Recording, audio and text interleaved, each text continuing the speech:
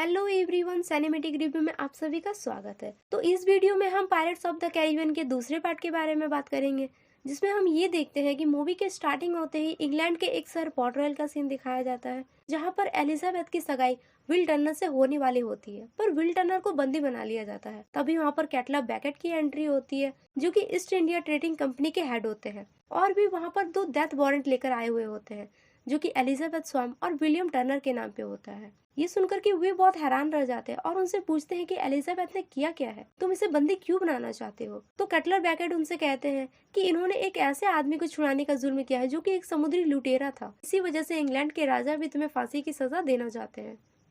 और Cutler baked William से कहता है कि अगर तुम इस फांसी की सजा से एलिजाबेथ को बचाना चाहते हो तो तुम्हें मेरा एक काम करना होगा, तुम्हें मुझे जैक स्पैरो का वो कंपास ला करके देना होगा, और अगर तुम इसे ले आए तो मैं इस डेथ वारंट को चेंज कर दूंगा। अब हम जैक स्पैरो को देखते हैं, जिसकी एंट्री ब्लैक पर्ल जहाज पर होती है, और वो वहाँ पर एक चाबी दिखाकर सबसे कहता है कि हमें इस चाबी को ढूंढना होगा, जो कि एक संदूक को खोलेगी और वो संदूक हमें माला माल बना देगी। ये सुनकर के वे सभी नाविक लालच में आ जाते हैं और उसकी बात मान लेते हैं, और स्पैरो अपने कंपास की मदद से उस चाबी को ढूंढने की कोशिश करता है, पर उस समय उसका कंपास काम नहीं कर रहा होता है, जो कि अक्सर किया करता था। उसका कंपास अक्सर उस चीजों को दिखाया करता था जिसकी जैक स्पैरो को इच्छा हुआ करती थी, पर इस समय उसका कंपास काम नहीं कर रहा होता है, तो वो ड्रिंक लाने के लिए नीचे चला जाता है। तभी पीछे से उसे एक आवाज आती है कि सब खत्म हो गया है जैक। ये सुनकर के जैक थोड़ा घबरा जाता है, और वो जैसे ही पीछे मुड़ता है वो बूस्ट्रैप को देखता है, तो बूस्ट्रैप उसके पास आकर के कहता है कि देवी जॉन्स ने मुझे भेजा है, वो तुम्हें पागलों की तरह ढूंढ रहा है, क्योंकि 13 साल पहले तुमने अपने मौत के बदले देवी जॉन्स से एक सौदा किया था, और अब 13 साल पूरे हो गए हैं, और जो सजा हमारे ऊपर लागू हुई थी वो तुम पर भी लागू होती है कि एक आत्मा 100 साल तक उस जहाज से बंध जाएगी और तुम भी इसमें डूबोगे, क्योंकि वे तुम्हें ढूंढ लेंगे और ब्लैक पर्ल जहाज को भी ढूंढकर समुद्र की गहराइयों में ले जाएंगे। इतना कहते ही के साथ वो उसके हाथ को छूता है और उसके हाथ में एक काला निशान छोड़ देता है, और वो वहाँ से चला जाता है। वो निशान एक ड्रेसिंग सिंबल होता है, जिसके जरिए देवी जॉन्स उसे आसानी से ढूंढ सकता है। ये सब सुनने के बाद जैक स्पैरो काफी घबरा जाता है और वो अपने जहाज को किसी सेफ जगह में लेकर जाने के लिए कहता है। अगले दिन विलियम टर्नर जैक स्पैरो को ढूंढते हुए टोटुका शहर पे चला जाता है, जहाँ पर उसे पता चलता है कि जैक स्पैरो किसी जोला मोन्टेसरा टापू पर है, और कई दिन सफर करने के बाद वो फाइनली उस जगह पे पहुंच जाता है। वहाँ पर पहुंचकर वो जैक स्पैरो को ढूंढने लगता है। तभी वहाँ पर कुछ आदिवासी लोग आ जाते हैं और उन्हें एक कबीले में लेकर के चले जाते हैं, जहाँ का सरदार जैक स्पैरो होता है, और वे सभी लोग जैक स्पैरो को एक राजा की तरह मानते थे और उनकी हर आज्ञा का पालन भी किया करते थे। तभी वहाँ पर जैक स्पैरो विल टर्नर को देख करके उसे पहचानने से इनकार कर देता है। फिर सभी लोग टर्नर को गिब्स और बाकी सभी साथियों के पास एक कैज में छोड़ देते हैं, जो कि पहाड़ियों के बीचे बीच झूल रहा होता है। तो दूसरी ओर हम देखते हैं कि एलिजाबेथ बंदूक लेकर के कटलर के पास जाती है और वो उसे जान से मारने की धमकी देती है। वो उससे एक सौदा करती है कि तुम इस मौत के फरमान पर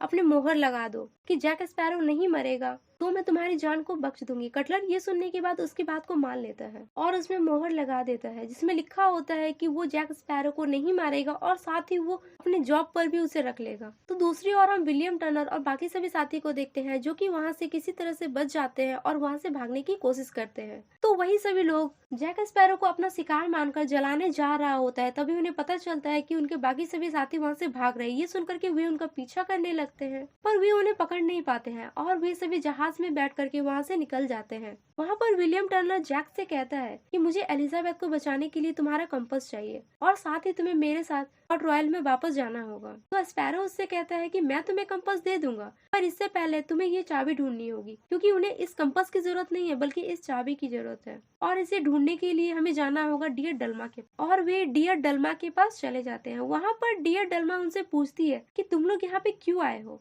और मेरा मुआवजा क्या है। तो जैक स्पैरो उसे कभी न मरने वाला एक बंदर देता है। वे उसे एक चाबी की तस्वीर दिखाते हुए कहते हैं कि हमें इस चाबी के बारे में जानना है।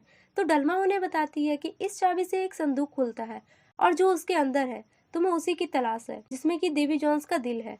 और वो देवी जॉन्स के बारे में बताती है कि वो पहले समुद्र का एक नाविक हुआ करता था। वो काफी अच्छा नाविक था, पर एक दिन उसे एक औरत से प्यार हो गया था, पर उस औरत ने उसके प्यार को ठुकरा दिया। फिर भी वो उससे प्यार करता रहा, पर इससे उसे बहुत ज्यादा तकलीफ होने लगी थी। वो दर्द इतना तो बड़ा नहीं था कि वो अपनी जान दे दे, इसलिए उसने अपने दिल को एक संदूक में बंद करके दुनिया से दूर छुपा करके रख दिया और वो उस चाबी को हमेशा अपने पास ही रखता है। साथ साथ वो ये भी कहती है कि काफी समय पहले समुद्र में बस एक ही आदमी बचा था, जो कि देवी जोन्स। उस समय वो समुद्र का राजा बन गया था और वो सभी से एक तरह का सौदा किया करता था। वो हर इंसान से, चाहे वो मर गया हो या फिर मरने वाला हो, वो सभी से 100 साल की गुलामी करवाता था और जो इस गुलामी को पूरा कर लेते थे वे जो चाहे देवी जोन्स से मांग सकते थे। देवी जोन्स उन्हें खुशी खुशी वे दे देते थे। तो डल्मा जैक स्पैरो से कहती है कि शायद तुम्हारा सौदा तो जेम्स के साथ खत्म हो गया है, तो तुम मुझसे चाहते क्या हो। जैक स्पैरो डियर डल्मा को अपने बचाव के लिए कहती है। तभी डियर डल्मा उसे बताती है कि वो 10 साल में सिर्फ एक ही बार जमीन पर आ सकता है और वो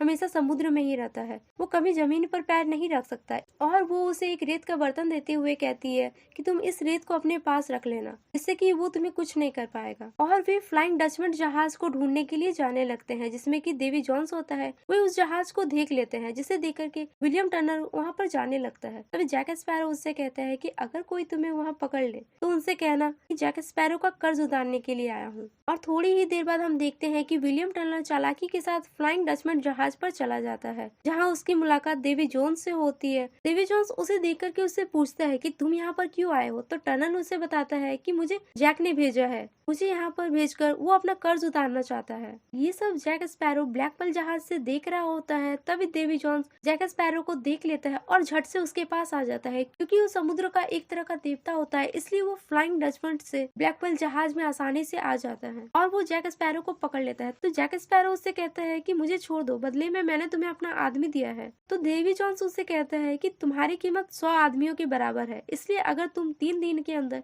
100 आदमी को लेकर के आते हो तो मैं तुम्हें छोड़ दूंगा। और इतना कहते ही के साथ वो उसके हाथ से उस शराब को निकाल देता है और वहाँ से चला जाता है। तभी जैक स्पैरो 100 आदमियों की तलाश में टोटुका शहर पर चला जाता है, लेकिन उन्हें बस 4 ही आदमी मिलता है, जिसमें कि कॉमोडोर नॉरेंटर भी शामिल हो जाता है। वहीं पर एलिजाबेथ भी आ जाती है। जैक स्पैरो उसे भी अपने दल में शामिल कर लेता है और वो उससे कहता है कि मेरा एक कंपास है जो कि अब काम नहीं कर रहा है और मुझे वो चाबी ढूंढनी है जो कि देवी जोन्स के पास है और उनके पास तुम्हारा मंगेतर विलियम टर्नर भी है। अगर तुम उसे बचाना चाहते हो तो देवी जोन्स के संदूक को ढूंढने में हमारी मदद करो। और जैसे ही एलिजाबेथ उस कंपास को अपने हाथ में रखती है, वो कंपास सही दिशा दिखाने लगता है। फिर वो उसी ओर जाने लगते हैं। तो दूसरी ओर हम देखते हैं कि विलियम टर्नर को अपने पिता बूस्ट्रैप के बारे में पता चल जाता है, जो कि उसी जहाज पर 12 सालों से कैद था और वे अपनी गुलामी की सजा काट रहे थे देवी जोन्स की वजह से। जिसके बाद विलियम अपने पिता को वो चाबी दिखाकर उसके बारे में पूछ रहा होता है कि मुझे उस चाबी का पता कैसे लगेगा।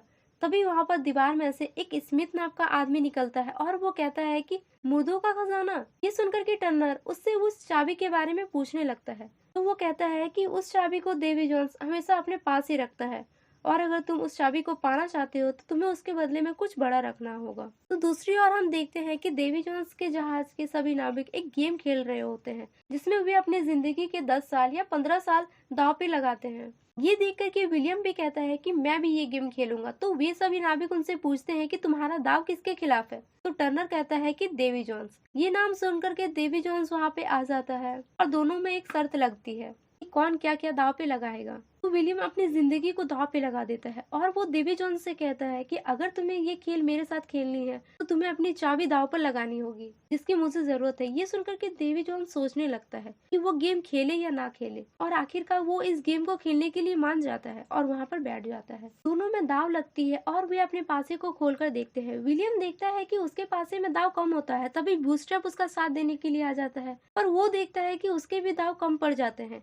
ये देख करके देवी जोन्स को लगता है कि वे दोनों चीटिंग कर रहे हैं और वो उनके पासे को देख लेता है। इसके बाद वो खेल को बीच में ही छोड़ देता है और वहाँ से चला जाता है। तो रात के समय विलियम देवी जोन्स के कमरे में जाकर के उस चाबी को निकालने लगता है। तो उधर बूस्ट्रैप सबका ध्यान भटका रहा होता है। विलियम बड़ी चालाकी के साथ उसके बड़े बड़े सूड़ों में से उस चाबी को निकाल लेता है और उस जगह पर चाबी का नक्शा रख देता है और वो वहाँ से भागने लगता है। वो अपने साथ बूस्ट्रैप को भी आने के लिए कहता है, पर वो नहीं मानता है। तब विलियम अकेले ही वहाँ से चला जाता है। अगले दिन देवी जोन्स को जब पता चलता है कि उसकी चाबी उसके पास नहीं है, विलियम लेकर के भाग गया है, तो वो बहुत गुस्सा करने लगता है। इतना गुस्सा हो जाता है कि वो क्रैकन नाम के एक समुद्री राक्षस को जगा देता है। ये जानवर बस देवी जोन्स का ही हुक्म माना करता था और ये जानवर की जो सांस की बदबू होती थी वो काफी भयानक होती थी, जिसे कोई भी इंसान आसानी से नहीं झेल सकता था। और ये जानवर उस जहाज पर अटैक कर देता है जिस पर विलियम टर्नर होता है। सभी इस जानवर को देख करके वहाँ से भागने की कोशिश करते हैं, पर क्रैकन सभी को निगलने लगता है और वो पूरी तरह से जहाज को तोड़ करके पानी के अंदर लेके चला जाता है। और विलियम किसी तरह से वहाँ से बच जाता है और वो डेवी जोन्स के जहाज पे जाकर के छुप जाता है। तो डेवी जोन्स अपने सभी नाविकों से कहता है कि संदूक अब सुरक्षित नहीं है, हमें जल्द ही इलाकुसा टापू पर जाना होगा। और वे उस ओर जाने लगते हैं, पर उससे पहले ही जैक स्पैरो, एलिजाबेथ और नॉरेंटन वहाँ पे पहुंच चुके होते हैं और वे उस संदूक को ढूंढ करके उसे खोलने ही जा रहे होते हैं। तभी वहाँ पर विलियम टर्नर आ जाता है और वो उस संदूक को खोलने लगता है, पर जैक स्पैरो उसे ऐसा नहीं करने देता है। कॉमोडोर नॉरेंटन भी उस संदूक को पाना चाहता था। नॉरेंटन उस संदूक को कटलर पैकेट को दे करके अपनी पूरी जिंदगी वापस पाना चाहता था। तो जैक स्पैरो डेवी जोन्स से अपना जिंदगी वापस पाने के लिए उस संदूक को पाना चाहता था। तो वहीं पर विलियम टर्नर भी अपने पिता की रिहाई डेवी जोन्स से कराने के लिए उस संदूक को पाना चाहता था और तीनों उस संदूक के लिए एक दूसरे से तलवारबाजी करने लगते हैं। एलिजाबेथ उन्हें ऐसा करने से मना करती है, पर वे उसकी बात नहीं मानते हैं और वे एक दूसरे से लड़ने लगते हैं। तभी वहाँ पर डेवी जोन्स के नाविक भी आ जाते हैं, क्योंकि उनके 10 साल पूरे हो चुके होते हैं, तो वे जमीन पर पैर रख सकते थे और वे सभी उसका पीछा करने लगते हैं। उसी समय जैक स्पैरो उस संदूक को लेकर के भाग जाता है और वो उस चाबी की मदद से संदूक को खोल करके डेवी जोन्स का दिल निकाल करके अपने रेत के बर्तन में डाल देता है और वो वहाँ से भागने की कोशिश कर ही रहा होता है। तभी वहाँ पर डेवी जोन्स का एक नाविक आकर के उसे मारने लगता है और दोनों एक दूसरे से लड़ने लगते हैं। उसी समय नॉरेंटन भी वहाँ पे आ जाता है और वो रेत के बर्तन में से उस दिल को निकाल करके अपने पास रख लेता है और वो वहाँ से भाग जाता है। जिसके बाद वे सभी ब्लैक पर्ल जहाज में वापस आ जाते हैं। जैक स्पैरो को लगता है कि उसके पास अब भी डेवी जोन्स का दिल है और वो उस रेत के बर्तन को दिखाकर डेवी जोन्स को चिढ़ाने लगता है। उसके बाद डेवी जोन्स काफी गुस्से में आ जाता है और वो तोप की मदद से ब्लैक पर्ल पर हमला करने लगता है, जिससे जैक स्पैरो के हाथ से वो रेत की बर्तन गिर जाती है और तभी वो देखता है कि उसमें डेवी जोन्स का दिल नहीं होता है। तो उधर डेवी जोन्स इतना गुस्से में आ जाता है कि वो वापस से क्रैकन को जगाने लगता है। विलियम को ये बात पता चल जाता है कि डेवी जोन्स वापस से क्रैकन को जगा रहा है, क्योंकि वो एक बार उसे देख चुका था। तो वो अपने सभी साथी को उस जहाज को छोड़ देने के लिए कहते हैं, पर तब तक क्रैकन जाग चुका होता और वो उस जहाज पर तबाही मचाने लगता है। जैक स्पैरो उसे देख करके उस पर गोली से वार करता है, जिससे एक बड़ा सा धमाका होता है और क्रैकन वापस से पानी में चला जाता है, जिसे देख करके सभी को लगता है कि क्रैकन मर गया है। तभी जैक स्पैरो सभी को ब्लैक पर्ल जहाज छोड़ने के लिए कहता है। सभी ब्लैक पर्ल जहाज को छोड़ करके जा रहे होते हैं। तभी एलिजाबेथ जैक स्पैरो के पास आकर के उसे बांध देती है और कहती है कि वो जानवर तुम्हारे पीछे पड़ा है, हमारे पीछे नहीं पड़ा है, और बस एक यही रास्ता है जिससे कि सबकी जान बच सकती है, कि तुम यहीं पर रहो। इतना कहते ही के साथ वो वहाँ से चली जाती है। वे सभी थोड़ी दूर जैसे ही जाते हैं तभी क्रैकन वापस से आ जाता है और वो ब्लैक पर्ल जहाज को तोड़ देता है, साथ ही वो जैक स्पैरो को भी खा जाता है। तो दूसरी ओर हम देखते हैं कि कॉमोडोर नॉरेंटन उस डेवी जोन्स के दिल को लेकर के कटलर बैकेट के पास चला जाता है। तो उधर ब्लैक पर्ल के सभी नाविक डियर डर्मा के पास पहुँचते हैं और वे उन्हें बताते हैं कि इस लड़ाई में जैक स्पैरो ने अपनी जान गंवा दी है, मगर हमें उसकी कमी महसूस हो रही है और अगर हम किसी भी तरह से उसे वापस ला पाए तो हम इसके लिए जरूर कोशिश करेंगे। ये सुनकर के डियर डर्मा उनसे कहती है, तुम में से कौन है जो ऐसा कर सकता है? क्या तुम लोग सच में जैक स्पैरो को वापस ला सकते हो? क्या तुम दुनिया के अंतिम छोर तक जाकर के या फिर उससे भी आगे जाकर के जैक स्पैरो और उसके ब्लैक पर्ल जहाज को वापस ला सकते हो?